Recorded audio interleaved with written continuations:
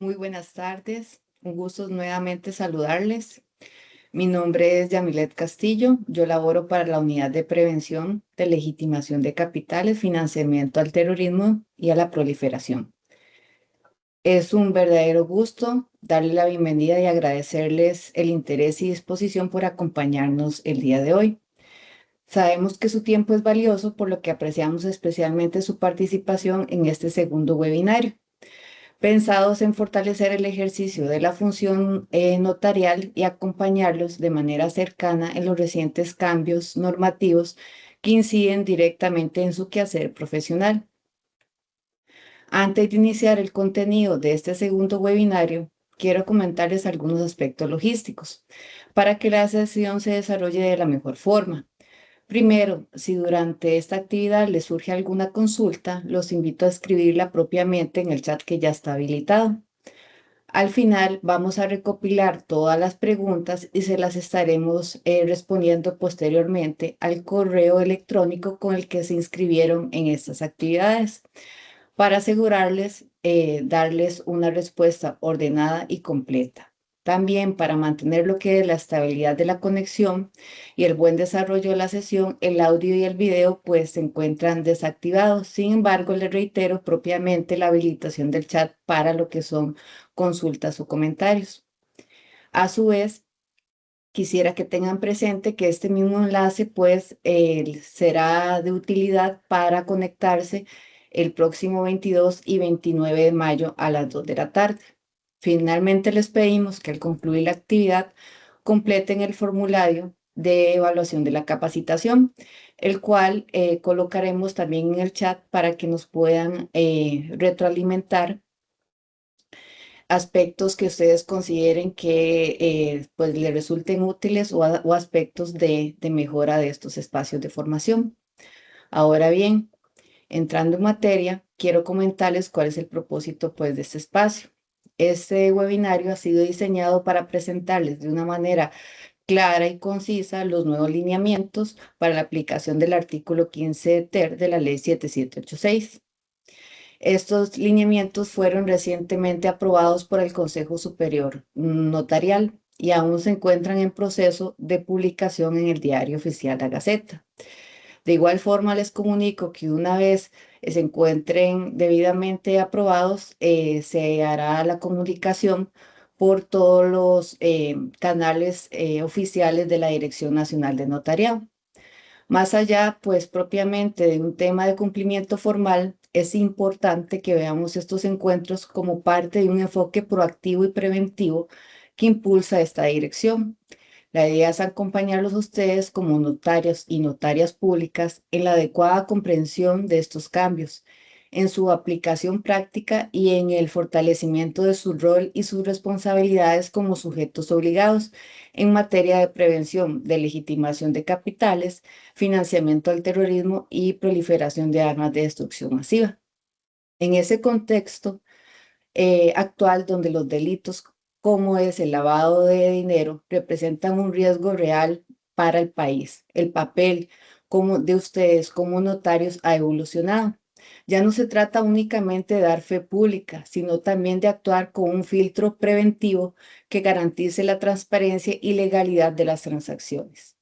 Precisamente, la normativa que analizaremos el día de hoy serán los artículos del 12 al 21, que establecen propiamente obligaciones claras para el notario, como lo son identificar el origen correcto de los recursos, exigir las declaraciones juradas cuando los montos superan cierto umbral y aplicar medidas de debida diligencia según el grado de riesgo. Y en casos sospechosos, incluso abstenerse de realizar el acto contrato y realizar de manera paralela el reporte de operación sospechosa ante la unidad de inteligencia financiera. A lo largo de esta exposición, exploraremos cómo estas normas no solo regulan procedimientos, sino que se convierte al notario en un actor clave en la lucha contra el delito financiero, protegiendo tanto la seguridad jurídica como la integridad del sistema económico. Dicho esto, y para desarrollar propiamente estos temas que les acabo de exponer de forma sumaria, se le brinda la palabra a la licenciada Cheryl Johnson, que nos acompañará propiamente en la exposición de dichos contenidos. Muchas gracias. Muchas gracias, doña Yamilet. Así es. Bueno, buenas tardes a todos. Yo soy la licenciada Cheryl Johnson y formo parte de la Unidad de Prevención de la Dirección Nacional de Notariados. Primeramente, quiero agradecer por su participación aquí a los presentes. Y como bien ha dicho doña Yamilet, en este segundo webinar vamos a continuar desarrollando el tema sobre los lineamientos para la aplicación del 15 ter de la Ley 7786 en el marco de la prevención de legitimación de capitales, financiamiento al terrorismo y a la proliferación de armas de destrucción masiva. Ay, ok. El tema no solo responde a la obligación normativa, sin que refleje el papel fundamental que desempeñamos como notarios en aplicación de la debida diligencia y la protección del sistema financiero y jurídico del país. A lo largo de la presentación analizaremos los principales elementos de los lineamientos, su aplicación práctica y la relevancia de cumplir adecuadamente con estos lineamientos. En esta exposición se abordarán los lineamientos comprendidos entre el artículo 12 y el artículo 21, los cuales regulan obligaciones vinculadas a la identificación del cliente, el origen de los fondos y la debida diligencia en la función notarial. Antes de profundizar en cada uno de estos artículos, me gustaría que me acompañaran a ver este video, que por favor me pueden indicar si se escucha bien el audio.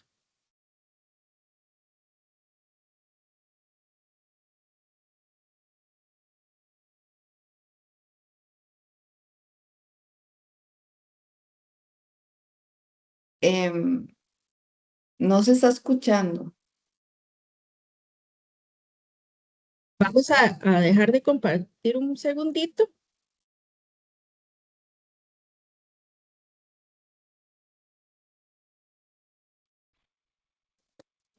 Vamos a ver nuevamente. Vamos a hablar del papel. Ahora sí. Gracias. Muchas gracias. Hola a todos y bienvenidos a este nuevo análisis explicativo. Hoy vamos a ir al grano con un tema que es absolutamente crucial para la integridad de nuestro sistema financiero en Costa Rica. Vamos a hablar del papel fundamental que juegan los notarios. Al final del día, sois la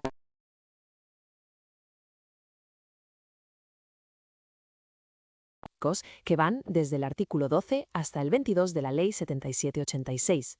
Y es que, pensadlo bien, la labor notarial no es solo dar fe pública y ya está, es construir un auténtico muro de contención contra el crimen organizado, asegurando que cada transacción sea transparente y lícita.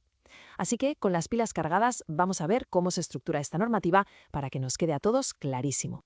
Para que no nos perdamos, esta es la hoja de ruta que vamos a seguir. Arrancamos con una breve introducción a la normativa, luego pasamos al origen de los fondos, destripamos la anatomía de la declaración jurada, vemos las medidas de debida diligencia y cerramos con las prohibiciones absolutas y las exclusiones. Una estructura súper directa. Vamos allá. Empezamos por el primer bloque, introducción a la normativa. A ver, es importantísimo que anclemos nuestro día a día notarial en estas directrices oficiales. ¿Por qué? Pues porque son el escudo legal que os protege a vosotros como profesionales y, por extensión, al país entero.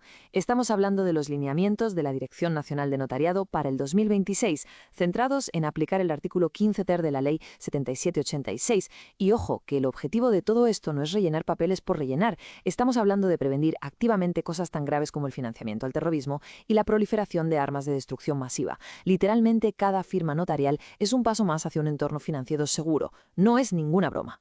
Pasamos al bloque 2, el origen de los fondos. Vale, el primer gran requisito operativo que nos encontramos es este. Hay que rastrear exactamente de dónde viene el dinero. Y basándonos en el artículo 12, os digo que la obligación es amplísima. Cualquier contrato que mueva dinero exige saber su procedencia. Me da igual si es una transferencia bancaria, un cheque, dinero en efectivo o incluso dinero electrónico. El origen no se puede quedar en un bueno, supongo que viene de ahí. Y lo más importante, esta identificación tiene que quedar reflejada expresamente en la escritura y hay que guardar el respaldo sí o sí. No hay margen para la ambigüedad. Y aquí llegamos a una cifra mágica, un número que dispara un montón de protocolos. $10.000. Según el artículo 13, cualquier transacción que llegue o supere esa cantidad te obliga a hacer una declaración de origen de fondos. Y ojo al dato que esto aplica tanto si es un pago de golpe como si se fracciona a lo largo del tiempo o incluso si es un pago proyectado a futuro. Si llega a los 10.000, toca declarar formalmente. Entonces, ¿cómo plasmamos esto en la práctica? Pues tenemos dos vías totalmente válidas. La opción A es meter una cláusula específica directamente dentro de la escritura principal. Y la opción B es hacer una escritura separada y previa, hacer mención a ella en el documento principal y, por supuesto, guardar una copia en el expediente. Y un apunte rápido sobre las entidades financieras supervisadas. En esos casos, la declaración solo hace falta para el dinero externo que aporta el cliente de su bolsillo, no para los fondos que pone la propia institución directamente. Tiene lógica, ¿verdad? Vamos a por el tercer bloque, la declaración jurada. Si abrimos el capó de este documento tan importante, el artículo 14 nos marca 3 pasos que son innegociables. El primero es el apercibimiento penal. Es decir, hay que advertir al cliente, de forma muy seria, de las consecuencias de cometer perjurio o falso testimonio. El segundo son los datos exactos de la transacción. Cuánto es, en qué moneda, cómo se paga, en qué cuenta y la fecha. Y el tercero es la declaración expresa de licitud, donde el cliente explica de qué actividad económica sale el dinero, ya sea su sueldo, una herencia o un préstamo, y se compromete a aportar pruebas si se le piden. Y esto nos lleva al artículo 15, que me parece brillante porque nos dice que no vale con ser un simple buzón que recoge firmas. Hay que analizar la declaración.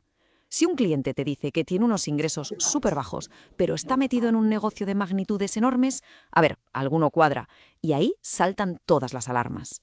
Si hay cualquier mínima inconsistencia, es vuestro deber pedirle más pruebas, como estados de cuenta o contratos previos. Toda esta investigación, como siempre, hay que conservarla celosamente en el expediente. Entramos en la cuarta sección, medidas de debida. De una vigilancia más amplia, el artículo 16 nos define qué es exactamente la debida diligencia.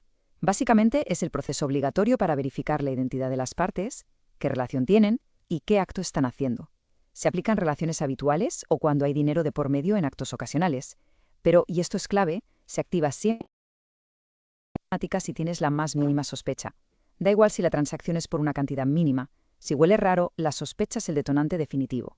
Claro, como os podéis imaginar, el nivel de idéntico es algo súper dinámico. El artículo 17 nos dice que las medidas deben ajustarse como en una balanza. Las situaciones de mayor riesgo, que vienen marcadas por las evaluaciones de la Unidad de Inteligencia Financiera, exigen un control muchísimo más exhaustivo. Por el contrario, en escenarios esos actos donde realmente no hay una transferencia patrimonial de por medio, el control que se nos pide es más simplificado. Ahora, si nos metemos de lleno en un escenario de alto riesgo, el artículo 18 no se anda con chiquitas y despliega 6 medidas intensificadas. Primero, pedir comprobación adicional. Segundo, hacer escrutinio en fuentes abiertas sobre la reputación del cliente. Tercero, actualización constante. Hay que renovar el expediente cada 12 meses si es cliente habitual. Cuarto, validación estricta del origen con certificaciones. Quinto, y muy importante, la obligación de emitir un reporte de operación sospechosa o ROS a la UIF, incluso si el trámite al final no se concreta. Todo esto forma una red de vigilancia reforzada espectacular. Y llegamos al último bloque, el número 5, prohibiciones y exclusiones. Bueno, aquí entramos en los límites absolutos, las famosas líneas rojas innegociables. El artículo 20 es directo y tajante. La debida diligencia es una obligación estrictamente personal tuya. Prohibidísimo delegarla a terceros o a otros notarios. La única excepción conceptual es el conotariado, cuando hay varios profesionales implicados. Pero adivinad qué, la responsabilidad recae de forma exclusiva en el dueño del tomo. Así que la responsabilidad siempre tiene un nombre y un apellido. Y prestad muchísima atención a esto porque es de los protocolos más delicados del artículo 21. Si tienes una sospecha fundada enorme que te obliga a parar el trámite, la acción inmediata es no autorizar la escritura y enviar el reporte a la UIF. Pero, a la vez, hay una prohibición absoluta. Bajo ningún concepto, pase lo que pase, puedes decirle al cliente que hay una sospecha, que le rechazas el acto por eso o que le has reportado. Nada de dar pistas. Es una cuestión puramente de seguridad y confiabilidad para no alertar a quien está siendo investigado. Ya para ir cerrando el círculo normativo, el artículo 22 nos deja unas exclusiones muy concretitas. Básicamente, esta obligación no aplica para notarios del Estado trabajando para dependencias estatales, ni para cónsules ejerciendo fuera del país, ni en ciertas operaciones de instituciones financieras supervisadas. Eso sí, el papelito manda. La condición ineludible es que el notario debe dejar un registro documental en su archivo, con copias y comprobantes que acrediten exactamente por qué se aplicó esa exclusión. Terminamos este análisis con una cita tremenda del escritor japonés Ryunosuke Satoru, que incluye el material oficial. Individualmente somos una gota, juntos somos un océano. Me parece una forma brutal de resumir el propósito de todo esto, porque cumplir con estos artículos del 12 al 22, desde rastrear los fondos hasta guardar el secreto ante una sospecha, puede parecer un esfuerzo individual aislado. Pero ¿qué pasa cuando cada gota cumple su función? Pues que creáis un océano, una defensa estructural impenetrable para la sociedad. Os dejo con esta pregunta para reflexionar. ¿Están vuestras prácticas notariales diarias listas para sumar a ese océano de transparencia? Muchísimas gracias por acompañarme en este resumen explicativo y hasta la próxima. Bueno, muchísimas gracias por prestar atención a este video introductorio. Me gustaría retomar algunos puntos medulares, principalmente sobre el papel fundamental que juega el notario para la prevención de la legitimación de capitales, el financiamiento del terrorismo y el financiamiento a la proliferación de armas de destrucción masiva. ¿Qué significa esto? Bueno, que esto nos convierte en esa primera línea de defensa para mitigar la legitimación de capitales. Esto quiere decir que nuestra labor como notarios no es solo dar una fe pública, sino convertirnos en ese muro de contención contra el crimen organizado, asegurando que cada transacción sea transparente y lícita.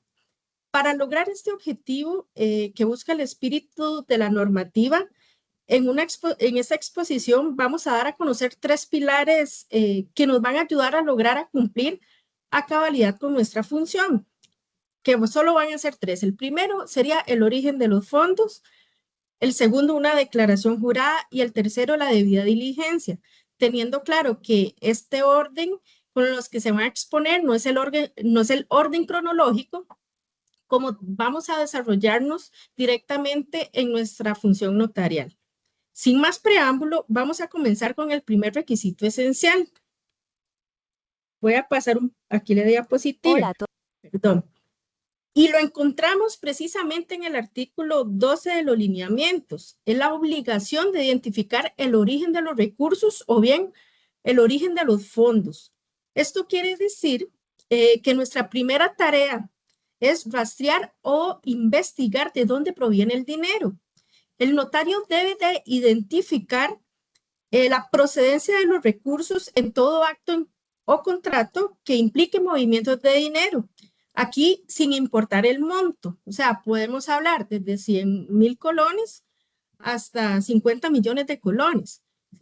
Quiero detenerme un poquito y creo que me voy a adelantar, pero sí quiero marcar desde este momento la diferencia con el tema de la declaración jurada, porque sabemos que el umbral mínimo para realizar o que nos vemos obligados a realizar la declaración jurada es en un monto igual o superior a los $10,000. Pero en este caso, recalco, ese rastreo, esa investigación, esa trazabilidad no tiene un umbral mínimo, sino aquí no va a importar el monto con el que lo vamos a hacer.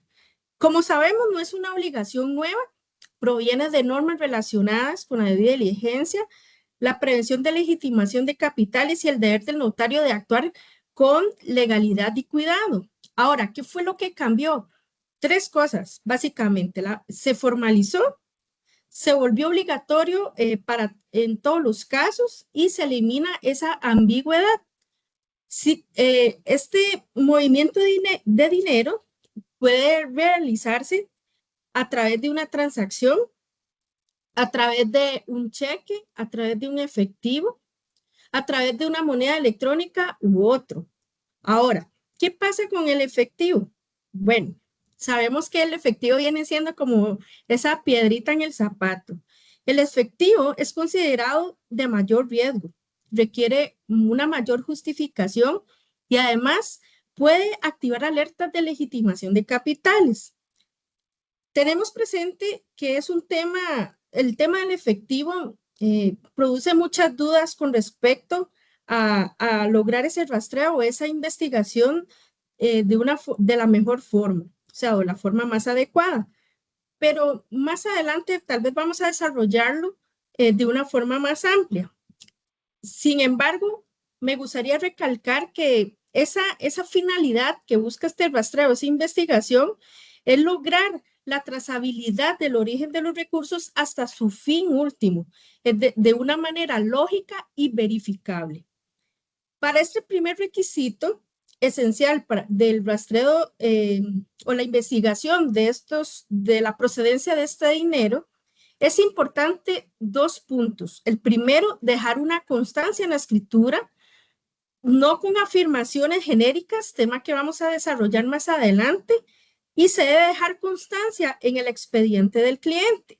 Y aquí me gustaría aprovechar para retomar este concepto que en el webinar anterior lo desarrollaron, lo conceptualizaron, pero se nos es importante retomarlo. ¿Qué es el expediente del cliente? Bueno, es un segmento del archivo de referencias notariales. Ahora, ¿cuál es la diferencia entre el archivo de referencias y este? Bueno, el archivo de referencias conocemos todos que este viene a ser general, es auxiliar y es de apoyo, mientras el expediente del cliente viene a ser individual, formal y algo muy interesante que viene a ser una base probatoria. ¿Cuál es el propósito? Bueno, de este expediente que respalda el cumplimiento de la obligación del notario. Ahora, ¿de qué forma lo podemos tener? Esto va a depender del gusto de cada uno de los notarios. Puede ser de forma física o digital, pero recuerden que sea de fácil acceso. ¿Cuál es un plazo mínimo de conservación? Según los estándares del GAFI, es un mínimo de 5 años tras la finalización de la operación. Ahora, ¿qué debe de contener? Bueno, podemos hablar de una anatomía del expediente de cumplimiento. Básicamente, cuatro cosas. La identidad, ¿verdad? Aquí hablamos de las cédulas, de los pasaportes, de toda personería. Como un segundo punto, la declaración. Toda esa investigación que se hizo anteriormente, tenemos que tenerla acá. El origen de fondos firmado y fechado. Un tercero está el análisis de la debida diligencia del cliente. Aquí vamos a guardar el nivel de riesgo, ¿verdad? Todas las justificaciones y los soportes. Y algo bastante interesante es la conclusión del notario, esa evaluación final de coherencia. ¿Y qué es esto? Bueno, esto es el análisis integral que realiza el notario para determinar si todo lo relacionado con el dinero tiene un sentido lógico, económico y documental. Y aquí pasa algo interesante, porque aquí es donde nos damos cuenta del cambio del paradigma notarial. Es decir, que pasamos de ser un simple fedatario clásico que solo redacta y autoriza, a convertirnos a un sujeto obligado que previene la legitimación de capitales. Ahora, después de recabar toda esta información, pasamos a nuestro siguiente paso, que es hacer la declaración del origen de fondos. El artículo 13 de los lineamientos nos viene a dar a conocer, ¿verdad? El tema de la declaración del origen de fondos, es decir, que toda la investigación que se hizo previa va a ser el fundamento para poder redactar esta declaración jurada. ¿Cuándo aplica? Anteriormente se lo mencioné, cuando la transacción sea igual o mayor a los $10,000 o su equivalente en colones u otra moneda. Y esto aplica aunque el pago sea en pago único, fraccionado o a futuro. Por ejemplo, a futuro podemos hablar del contrato de promesa. ¿Qué debe de incluir? Bueno, tenemos que tener presente que esta declaración va a incluir el origen lícito de los recursos y la actividad económica que lo genera. Ahora, ¿de qué forma podemos plasmar la declaración jurada? Tenemos 2 formas básicamente. La primera, opción A, está la cláusula específica, que esto se da en la misma escritura, donde documenta, el acto o contrato, que para mí, en mi opinión, esta sería la mejor opción. O bien, una opción B, mediante escritura separada. Eso sí, hay una característica aquí bastante importante. En una escritura separada, pero esta es la que antecede a la escritura principal. Es decir, solo cuando sea en una escritura previa. Tenemos que hacer referencia, eso sí, en la principal, donde se ejecuta el acto o contrato, y además tiene que conservarse una copia en el expediente. Tenemos que tener claro que estas tienen que ser bastante claras, suficientes y verificables. Antes de mostrarles dos ejemplos que reflejan la forma, más que todo, es necesario indicarles que para la obligación de plasmar la declaración jurada existe una excepción establecida en el artículo 14 de la ley 7786, donde nos indica que quedan excluidos del requisito de la declaración jurada los actos o contratos que formalicen operaciones de las entidades supervisadas, por ejemplo, las que son supervisadas por la SUGEF, los bancos del Estado, por ejemplo, salvo por la porción de fondos que no provenga directamente de dichas instituciones. Aquí me gustaría dar un ejemplo. Estamos frente a un contrato de compraventa de un bien inmueble. El precio de venta son, no sé, 100 millones de colones.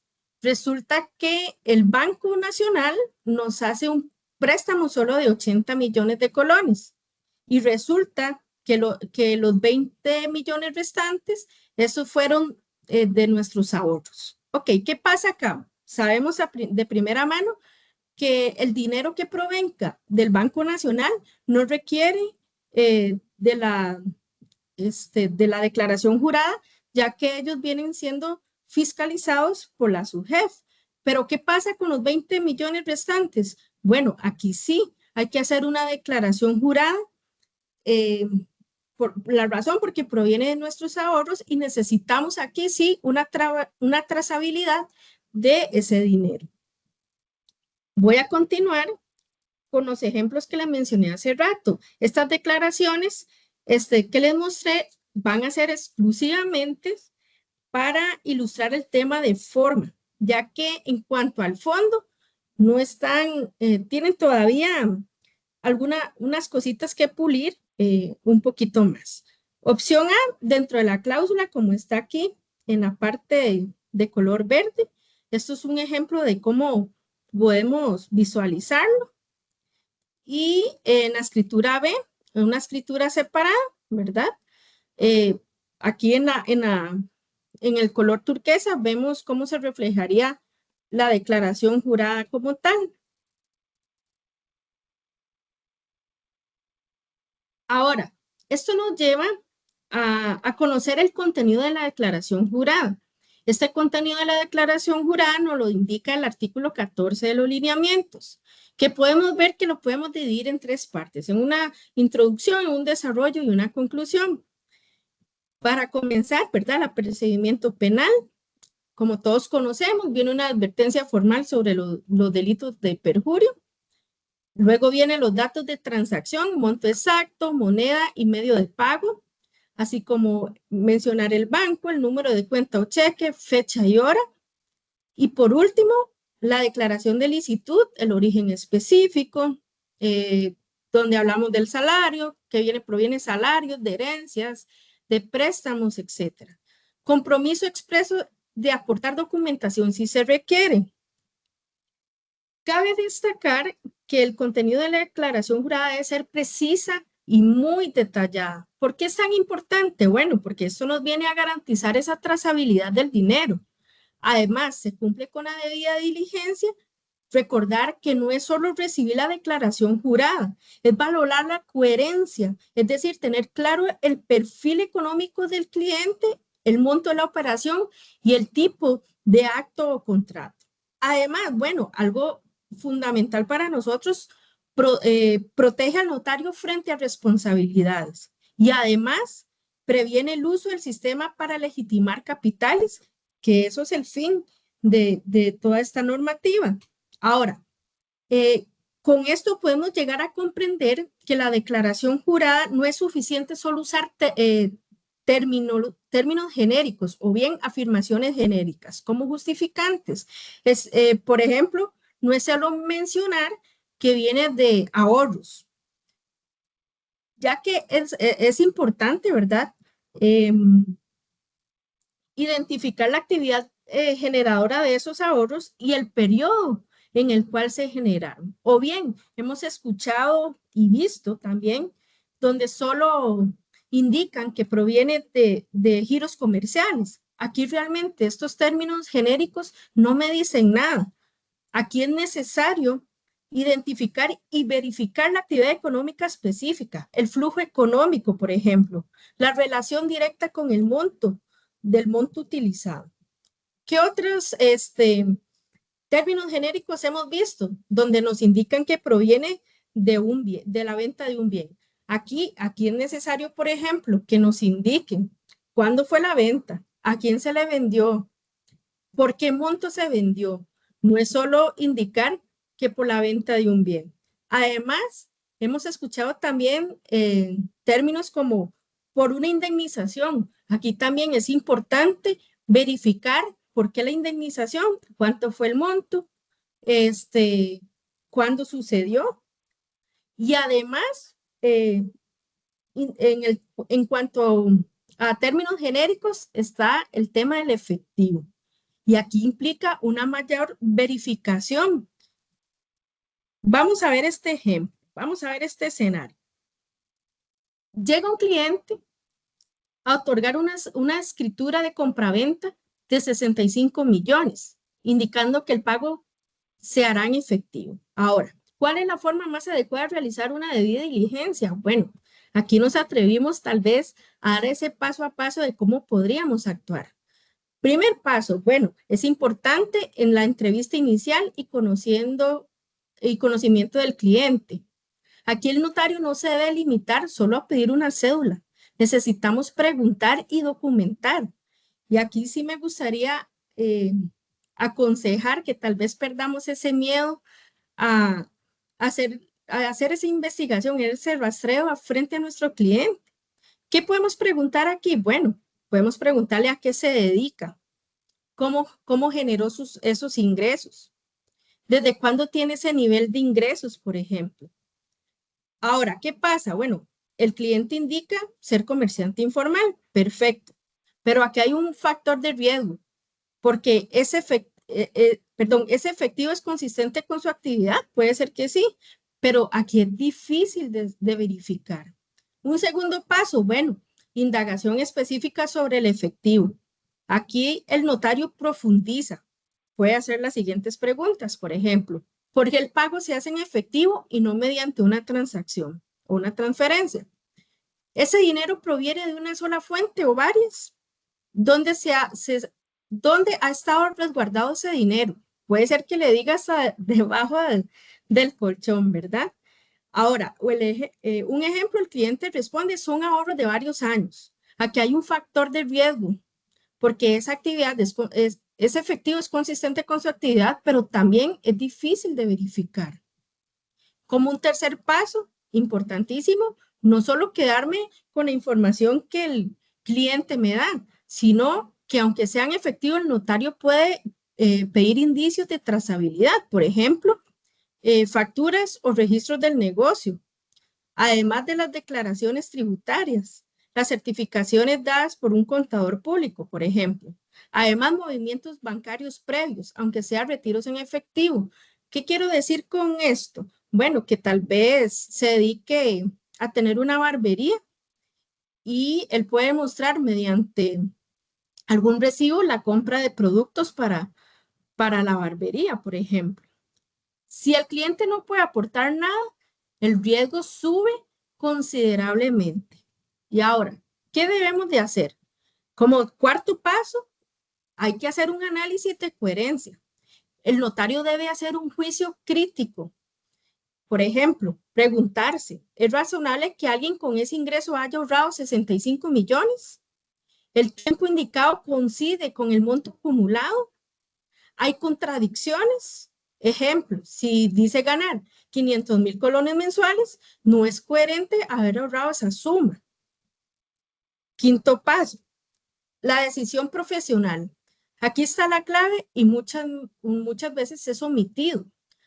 Aquí tenemos varias opciones. Si la información es coherente y mínimamente respaldada, vamos a continuar. Pero si hay inconsistencias o falta total de respaldo, el notario debe. Tiene dos opciones. Si queremos seguir con el cliente y no cerrarle la puerta, requerir más información o abstenerse de realizar el acto. Y esta parte, hoy quiero que quede claro para todos, no es opcional, es parte de la debida diligencia. Y por último, declaración jurada que sea bastante robusta, no genérica, como los términos que vimos anteriormente. En el caso del efectivo en el que estamos, el notario público exige una declaración jurada que detalle, por ejemplo, actividad económica generadora de los fondos, periodo en que se generaron los ahorros, monto aproximado de ingresos mensuales, forma en que se acumuló el efectivo. Para hoy, quisimos traer un ejemplo de la declaración jurada del origen de los fondos cuando el pago es en efectivo. Y en esta parte voy a tratar de leerla, ¿verdad? Literalmente para poder darnos una idea de cómo podemos hacer esta declaración. Y dice así, bajo la fe de juramento y plenamente consciente de las responsabilidades legales que conlleva la declarar falsamente, manifiesto que la presente declaración tiene como propósito acreditar el origen lícito de los fondos que serán utilizados para realizar la compra de la propiedad bajo el folio real XXX por un monto total de 10 millones de colones. Declaro expresamente que el pago correspondiente a dicha operación se efectuará mediante dinero en efectivo, el cual será entregado directamente a la contraparte conforme a los términos previamente acordados entre las partes. Asimismo, hago constar que los fondos utilizados provienen de actividades lícitas, específicamente de, y aquí tenemos que ser bastante claros, describir la fuente principal de los fondos. Por ejemplo, los ingresos laborales, la actividad comercial, servicios profesionales, ahorros, venta de bienes, entre otros. No sé. En particular, dichos recursos corresponden a, y aquí también una explicación detallada. Por ejemplo, son ahorros acumulados durante un periodo de tiempo determinado, derivados de mi actividad como ya sea como profesional o no sé, otra actividad o comerciante con ingresos promedio mensuales, ahí poner un monto aproximado o bien producto de la venta de un bien. Como dije anteriormente, si indicamos que es por la venta de un bien, cuándo se hizo esa venta, a quién se le vendió y cuánto fue el monto. Según consta en la certificación XXX, emitidas por el CPA XXX, los cuales han sido obtenidos en estricto apago a la normativa vigente. Y terminamos con esto, manifiesto bajo juramento que los fondos declarados no provienen directa ni indirectamente de ninguna actividad ilícita. Igualmente declaro que dichos recursos han sido generados cumpliendo con las obligaciones fiscales correspondientes y que cuento con la documentación que respalda esa información. Con esto queremos evidenciar que sí se puede lograr una trazabilidad hasta donde podamos, ¿verdad? De la mejor forma en cuanto al tema del efectivo. El artículo 15 nos expone qué información y medidas adicionales debemos tomar en cuenta para las declaraciones juradas. Y vea qué interesante, porque primero es una obligación del notario verificar que la declaración jurada del notario sea razonable. Esto es un punto súper importante. Segundo, analizar la transacción, evaluar si los ingresos declarados coinciden con la magnitud del negocio. Tercero, en caso de inconsistencias, porque puede pasar, solicitar información adicional, como vimos anteriormente, sobre el origen de los fondos, estados de cuenta, herencias, por ejemplo, en cuanto a las herencias podemos pedir tal vez el testamento, contratos de venta previos y por último, nos indica el deber de conservar la documentación en el expediente del cliente. Y como tercer y último requisito para el notario está el deber de debida diligencia. Pero antes me gustaría que nuevamente me acompañen a ver el siguiente video. Y por favor, me pueden indicar si se escucha.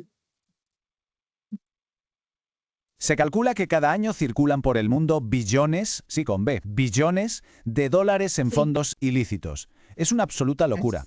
Y todo ese dinero busca la desesperada una puerta trasera para colarse en la economía legal. Pues bien, en este análisis vamos a desgranar un tema que de buenas a primeras podría sonar a simple papeleo aburrido, pero que en realidad es el gran muro de contención contra todo ese dinero sucio, el papel del notario en Costa Rica. Porque, ojo, no hablamos de poner un sellito y firmar sin mirar, ¿qué va? La función notarial es literalmente la de un guardián. Es la primerísima línea de defensa frente a los delitos financieros a nivel global. Hoy vamos a destripar la obligación de debida diligencia que marca el artículo 16, una herramienta fascinante que da a estos profesionales el poder y la tremenda responsabilidad de blindar todo un sistema financiero. ¡Vamos a ello! Nuestra hoja de ruta para hoy es súper clara. Primero, veremos esa primera línea de defensa. Segundo, los 3 pilares fundamentales. Tercero y cuarto, cómo se aplica esto en la práctica, en relaciones habituales y en actos ocasionales con dinero. Y para cerrar con broche de oro, la implacable regla de sospecha. Empecemos por el principio. Punto 1. La primera línea de defensa frente a la amenaza global. A ver, el cumplimiento legal no puede verse jamás como un trámite pesado o un dolor de cabeza burocrático. Para nada. Es el escudo que evita que el dinero manchado contamine la economía de todo un país. Y para entender esto, pensemos en esta frase del escritor japonés Ryunosuke Shitoro.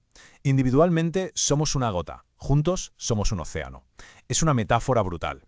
Un solo profesional haciendo bien su trabajo es solo una gota, claro, pero la responsabilidad colectiva de todos los notarios aplicando los mismos estándares a la vez, eso es lo que verdaderamente crea un inmenso océano de contención. Ese esfuerzo conjunto es lo que frena en seco el flujo de dinero ilícito. Y para valorar de verdad este escudo, tenemos que mirar al monstruo directamente a los ojos. El artículo 16 no está ahí por capricho. Está diseñado de manera muy específica para combatir 2 de los peligros mundiales más graves de nuestra época. Por un lado, la legitimación de capitales, que es básicamente el lavado de dinero de toda la vida, intentar ocultar el origen sucio de unos fondos criminales para meterlos en el sistema formal y que parezcan inmaculados. Y por otro, el financiamiento al terrorismo, que es ni más ni menos que canalizar dinero para apoyar actas terroristas. Esas son las 2 grandísimas sombras que el notario tiene el deber de disipar. Pasamos rápidamente al punto 2. Los 3 pilares fundamentales, el auténtico corazón del artículo 16. Imaginemos una situación de la vida real. De repente, una sociedad anónima recién creada, que casi no tiene historial, quiere hacer una compra inmobiliaria lujosísima. ¿Y el origen de ese dinero? Bueno, digamos que no está nada claro. Pues bien, para que no nos cuelen un gol en casos así, el artículo 16 coge toda esa inmensa obligación de debida diligencia y la sintetiza en un marco integral perfecto. El objetivo está clarísimo: prevención absoluta. Y toda esta operativa se sujeta sobre un engranaje de 3 partes que tienen que funcionar en perfecta sincronía, como un reloj suizo. Aquí es donde entra en juego esta regla de 3, que funciona como una especie de lista de verificación mental inquebrantable para el profesional. Identidad, relación, acto. Primero, identidad. Significa saber al 100% quién es el cliente, sin zonas grises, sin dudas. Segundo, relación. Implica entender a fondo de qué va exactamente el vínculo profesional o comercial que se está creando. Y tercero, el acto. Esto exige meterle lupa a la transacción en sí misma. Es decir, preguntarse, ¿tiene lógica económica lo que vamos a firmar? ¿Tiene ni pies ni cabeza? Al validar de forma rigurosa estos 3 pilares, el blindaje protector se activa por completo. Vamos con los puntos 3 y 4. ¿Cuándo salta la alarma? Los detonantes en actos habituales y ocasionales. Si bajamos de la teoría a la realidad de la oficina diaria, la normativa marca 2 escenarios operativos clarísimos, donde hay que levantar el escudo sí o sí. Por un lado, tenemos las relaciones habituales. Hablamos de clientes recurrentes con los que hay un trato continuo en el tiempo. Aquí, la debida diligencia es totalmente obligatoria desde el minuto 1. Por otro lado, están los actos ocasionales con dinero. Imaginemos que entra alguien por la puerta de la notaría por primera y única vez. Da igual. Si esa transacción mueve dinero, los pilares de identidad, relación y actos se tienen que aplicar exactamente con el mismo rigor. Sin excusas. El blindaje no hace distinciones basadas en la frecuencia del trato. Y llegamos al quinto y último punto de nuestro recorrido. La regla de sospecha, el mandato absoluto. 0. Un enorme y rotundo 0. Este número lo cambia absolutamente todo, porque aquí entra un factor que rompe cualquier protocolo operativo del que hayamos hablado antes. Es literalmente una política de tolerancia cero frente a la duda. La norma es implacable. La debida diligencia se aplica siempre ante cualquier mínima sospecha de que algo huele mal, sin importar el monto. 0 umbrales financieros, 1 céntimo o 1 millón, da exactamente igual. Si el olfato y el análisis profesional detectan algo fuera de lugar, las barreras se levantan de golpe. Es la defensa en su estado más puro y estricto. Para terminar este análisis, creo que es vital hacernos una gran pregunta. ¿Se está alzando realmente este escudo notarial de manera consistente para proteger nuestro sistema financiero? Porque, a ver, la legislación nos da las herramientas. El artículo 16 define los pilares de forma cristalina y la regla de sospecha no deja lugar a dudas. Pero todo este montaje, ese océano de contención del que hablábamos al principio, solo sirve de algo si se aplica a rajatabla en cada firma y todos los días. Proteger la integridad de la economía no es el trabajo de unos pocos, es el resultado del compromiso inquebrantable de la función notarial. Ha sido fascinante desgranar este mecanismo vital de prevención y ojalá sigamos profundizando en estas herramientas porque al final del día son las que construyen un entorno financiero mucho más seguro para todos nosotros. Hasta la próxima. Muchísimas gracias por su atención. Y como dice el video, Se calcula que el artículo 16 nos enmarca 3 pilares fundamentales en la debida diligencia. Y vamos a verlo nuevamente. Primero, el tema de la identidad. Saber con absoluta certeza quién es el cliente en todo momento. No tener la duda, no solo porque resultó ser aquel conocido o familiar de mi amigo, o bien porque normalmente llega a nuestra oficina. Tenemos que tener una verdadera certeza. Además, una relación, comprender el fondo y la naturaleza del vínculo establecido. Esto es sumamente importante. Y tercer pilar es el acto. Es ese escrutinio profundo de la lógica financiera de la transacción. Tenemos que tener bastante certeza con esto.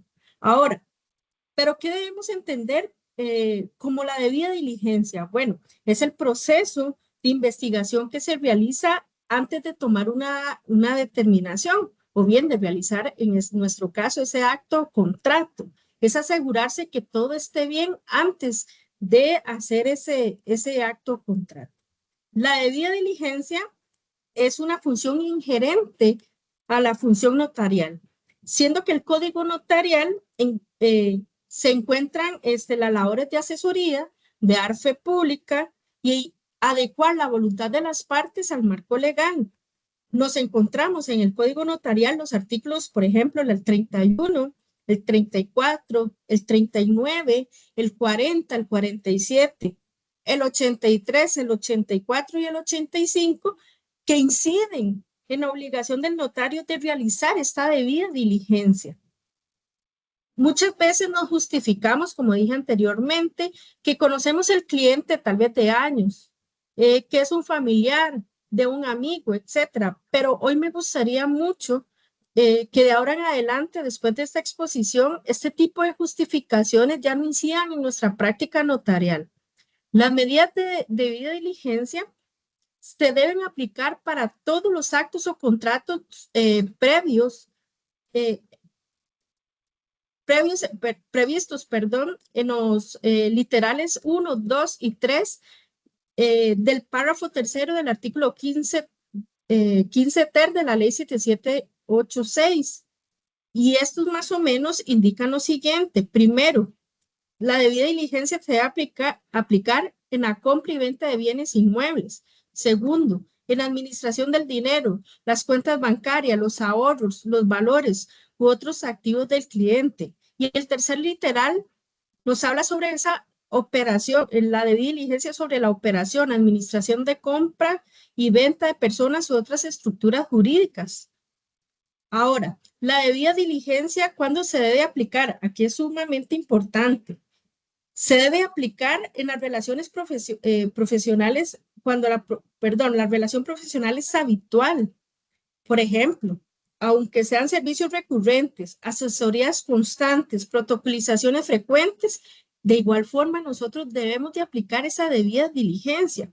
En actos ocasionales que involucren movimientos de fondos, por ejemplo, en las compraventas, en las promesas de venta, en las donaciones de valor económico.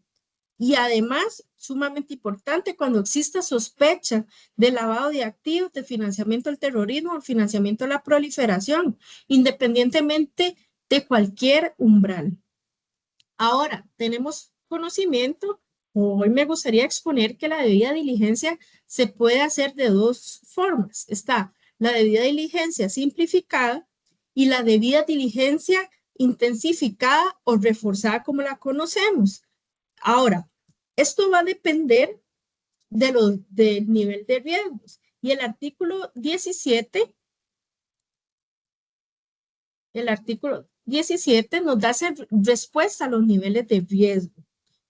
El notario debe ajustar las medidas de control según el nivel de riesgo del acto cliente. ¿Qué implica? Bueno, aplica un enfoque basado en riesgos. A mayor riesgo, mayor control. A menor riesgo, menos control. ¿Y qué no define?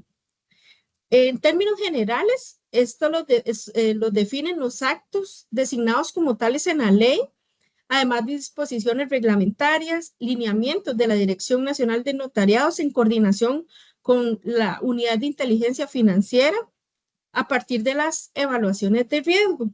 Y en el tema de cuando estamos ante un menor riesgo, también en aquellos actos que no corresponden a los descritos en el artículo 15 ter de la ley 7786 y sus reformas en el cual no media transferencia patrimonial, perdón. En este caso, es importante traer a mención el decreto 41016, específicamente o propiamente en sus artículos 22 y 23. Aquí nos establece una lista, si lo queremos ver de esa forma, de situaciones que pueden catalogarse como de menor o mayor riesgo. Por ejemplo, de mayor riesgo está la relación, si la relación se realiza en lugares inusuales, por ejemplo, cuando se trata de un usuario o persona que requirente no residentes.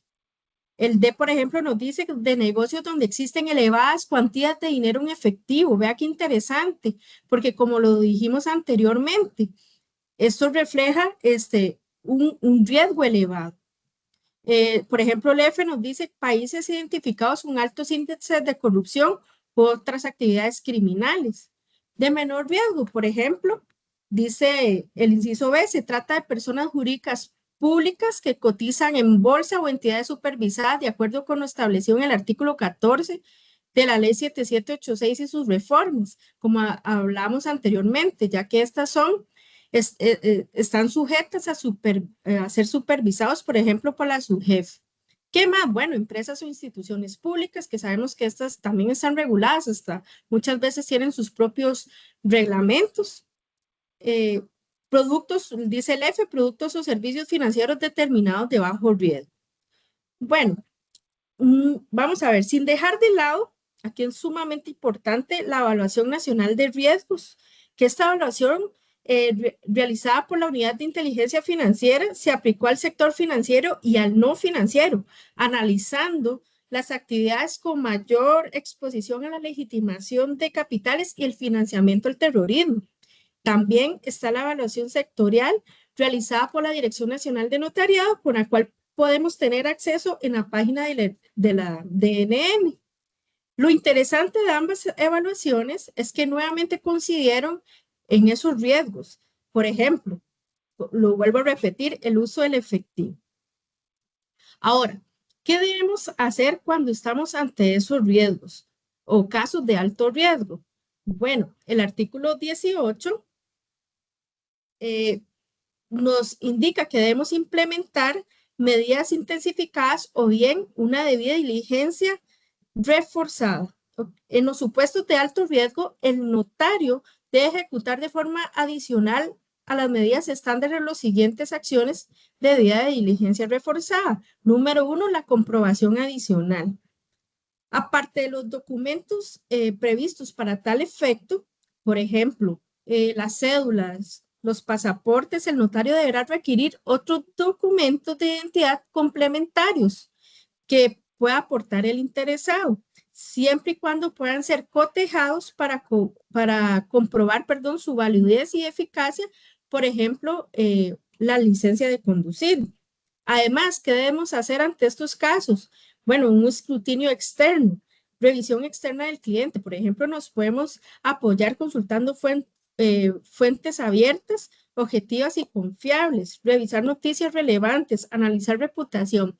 Por ejemplo, si tenemos duda de la reputación de algún cliente, hasta podemos hacer una búsqueda por internet y en ocasiones podemos ver cierta información relevante que nos ayudaría mucho para esto. Aumento de la frecuencia. Bueno, esto es importantísimo en el tema de la actualización del expediente de cada cliente. Cuando es una relación habitual, lo que se indica es que tiene que ser un mínimo de 12 meses que se esté actualizando. Y si es una relación ocasional, lo ideal es que en cada acto se pueda realizar. Entonces, recordemos que se debe mantener esa información vigente. Validación de las fuentes de riqueza. Vean qué importante esto. El notario debe requerir documentos que acrediten el patrimonio acumulado del cliente. Por ejemplo, puede ser estudios de su situación patrimonial, y tributaria, certificaciones de ingresos por CPA, declaraciones de renta, escrituras de venta previas, comprobantes de herencia, por ejemplo. Ahora bien, emitir reportes de operaciones sospechosas, ¿ok? El reporte es la consecuencia de una identificación sospechosa que no puede ser desvirtuada mediante la debida diligencia reforzada. ¿Qué quiere decir esto? Que por más que nosotros apliquemos esa debida diligencia reforzada y no logremos la comprobación que requerimos, ahí debemos de emitir un reporte de operación sospechosa.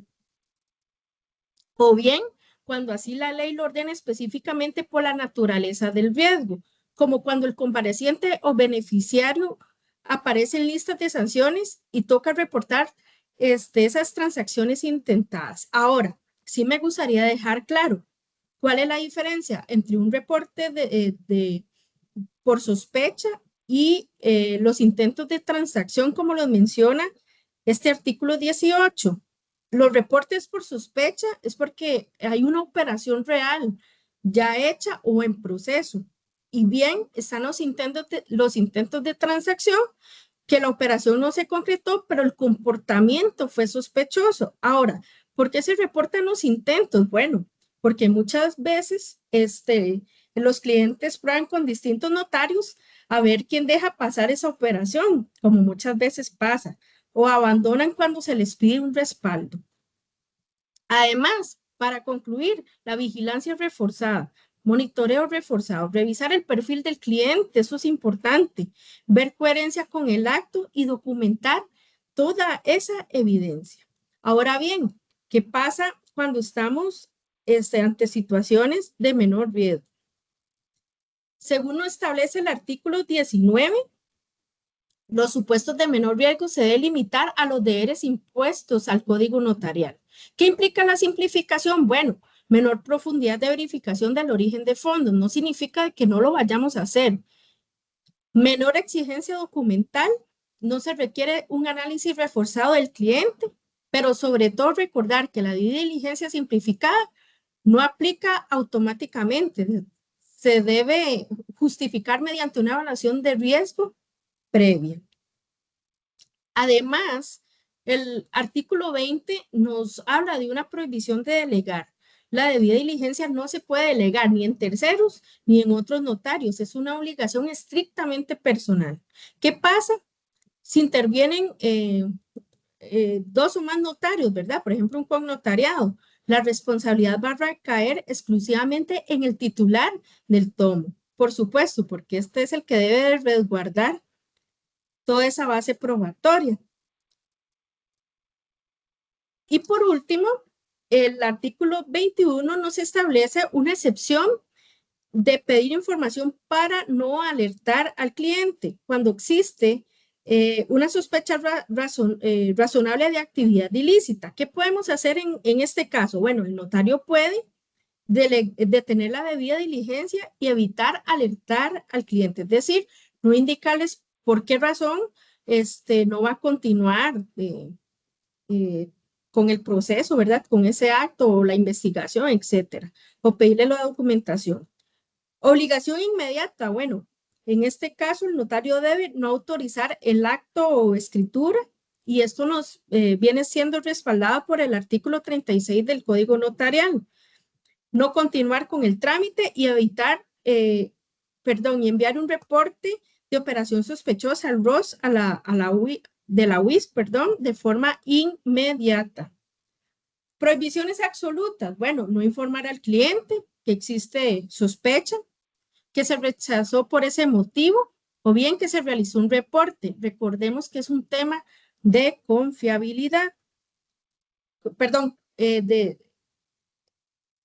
Recordemos que nuestro deber como notarios es inscribirnos en WIF Reportes del ICD para lograr hacer estos reportes de operación sospechosa, los ROS. Es importante recalcar que el reporte no forma parte del expediente judicial, no es una denuncia. La finalidad es resguardar, recuerden, la integridad de nosotros como notarios. Me gustaría que, por favor, en cuanto al tema de inscripción, me acompañen a ver este último video que hace referencia a la inscripción, a la importancia de inscribirse a este WIF Reportes del ICD.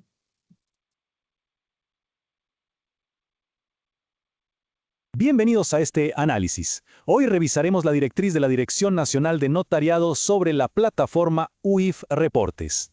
Pensemos un momento. ¿Cómo protege el notariado moderno su reputación frente a los complejos riesgos financieros de hoy? Pues bien, existe una conexión clave entre la Dirección Nacional de Notariado y el Instituto Costarricense sobre Drogas. El corazón de todo esto es la Ley 7778, básicamente un mandato estricto y obligatorio para todo notario. Hay muchísimo en juego. Ignorar estos requisitos expone a la profesión a graves sanciones administrativas y, ojo, hasta judiciales.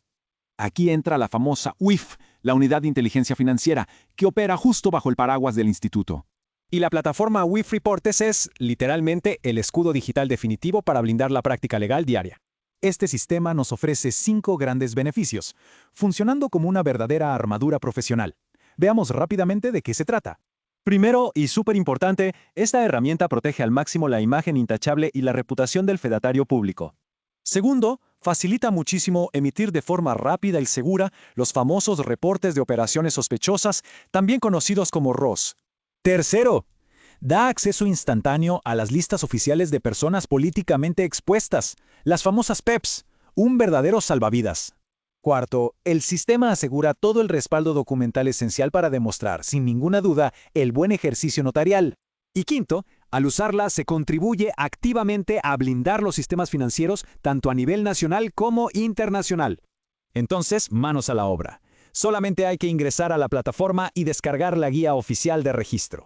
Claro, si surge cualquier duda en el proceso, se puede escribir de inmediato al correo oficial de la dirección. Para cerrar, imaginemos esto. ¿Qué tan fuerte sería nuestro sistema financiero si cada profesional del notariado participara activamente? Muchas gracias por la atención nuevamente de este video. Bienvenidos a este análisis. Recordar, ¿verdad?, que es importante la inscripción. De hecho, es una obligación inscribirse a WIF Reportes. Y para cualquier consulta, tenemos aquí el teléfono y el correo indicado. Y muchísimas gracias. Voy a pasar a doña Yamilet. Muchas gracias, Cheiris. Para cerrar ese espacio, bueno, primero agradecerle de antemano por su valiosa participación. Su aporte pues ha sido fundamental para comprender y aplicar estos nuevos lineamientos desde una perspectiva práctica y alineada con la realidad del notariado. La compañera, como podrán ver, está presentando en pantalla 3 códigos QR, mediante los cuales ustedes pueden acceder al preregistro de los cursos ofrecidos en la plataforma del Gafilat. También el otro código responde a cursos que son gratuitos que imparte el ICD, así como el enlace propiamente de nuestra página web de la unidad de prevención, donde pueden encontrar guías y material relevante. Con respecto a lo expuesto por la licenciada Johnson, podemos indicar que el artículo 12 establece pues una obligación de carácter más básico, donde el notario debe identificar cómo, de dónde vienen los fondos y dejar constancia de esto pues en la escritura.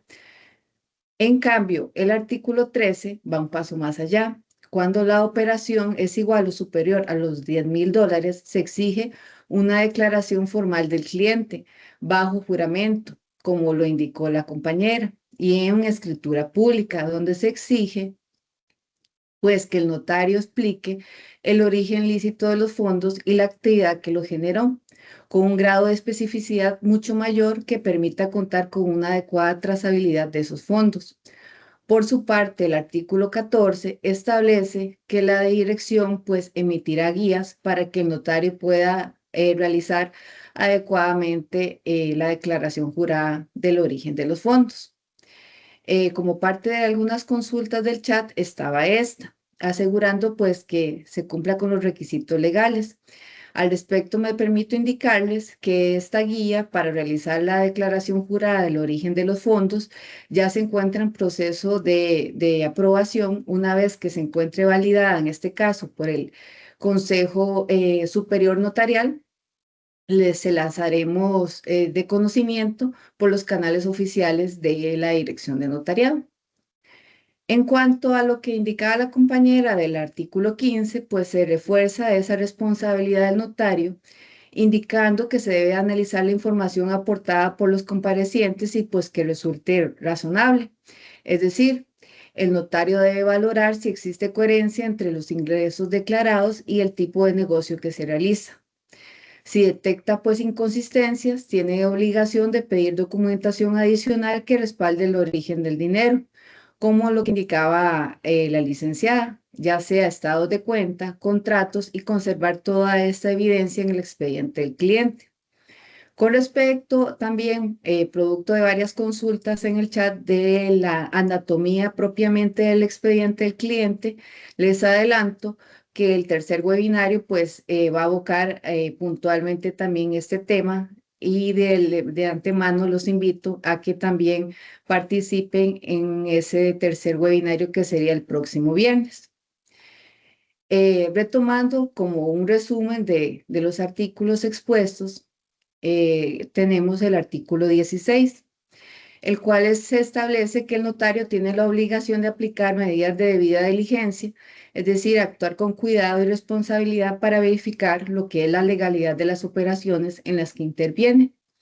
Estas medidas deben aplicarse especialmente cuando estamos frente a los tres literales que mencionó la compañera referentes al artículo 15 ter, como lo es la compra y venta de bienes inmuebles, la administración o activos de cliente, así como la creación, compra o venta de personas o estructuras jurídicas. El propósito principal es identificar y verificar la identidad de los clientes y demás participantes, así como comprender a cabalidad la naturaleza del acto o contrato que se pretende realizar.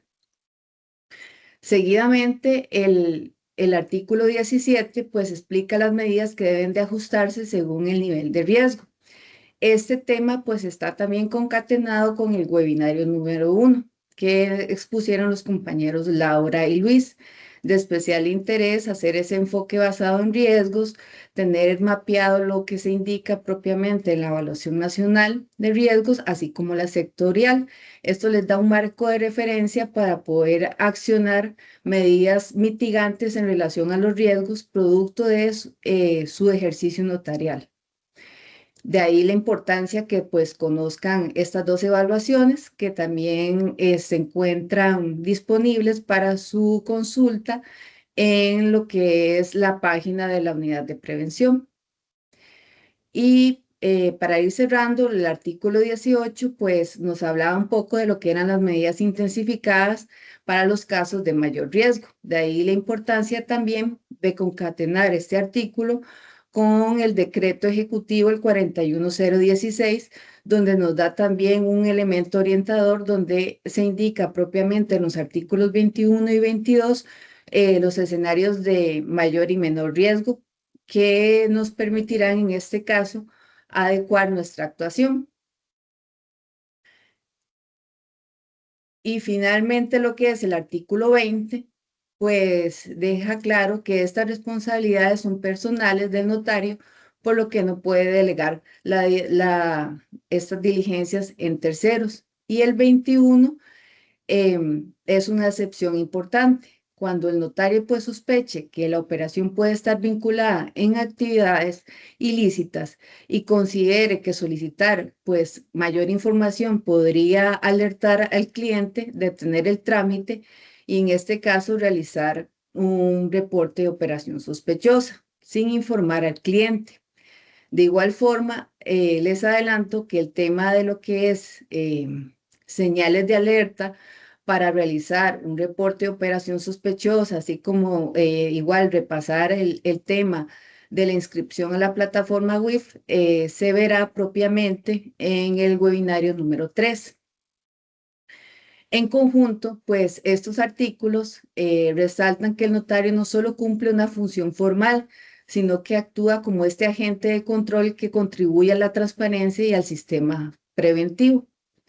Finalmente, se les recuerda, pues, completar el formulario de evaluación, el cual está disponible en el chat.